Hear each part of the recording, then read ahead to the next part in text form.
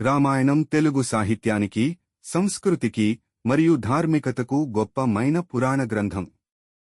ఇది భారతదేశంలోని ఒక ముఖ్యమైన ఎపిక్ కావడంతో ప్రపంచవ్యాప్తంగా కూడా ఎంతో ప్రాధాన్యతను పొందింది. తెలుగులో రామాయణం యొక్క గొప్పతనాన్ని వివిధ కోణాల్లో చూద్దాం. ధార్మిక మరియు నైతిక బోధనలు. రామాయణంలో ప్రధానంగా ధర్మం, సమాజానికి అవసరమైన కర్తవ్యాలు గురించి ఎన్నో గాథలు చెప్పబడినవి.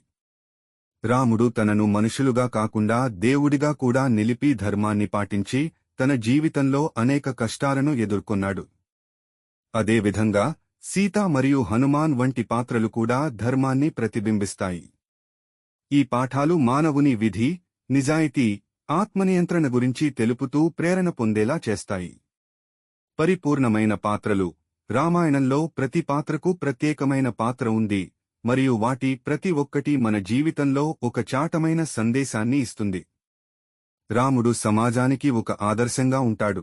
సీతమ్మ సతీ, చింతామణి, అర్చనతో కూడిన వ్యక్తిగా మనము జీవితంలో ఆమె బాటలో నడవాల్సిన అవసరం ఉందని తెలియజేస్తుంది. హనుమాన్ తన భక్తి, ధైర్యం మరియు లక్ష్యపూరణలో పరిపూర్ణమైన పాత్రగా ఉన్నాడు.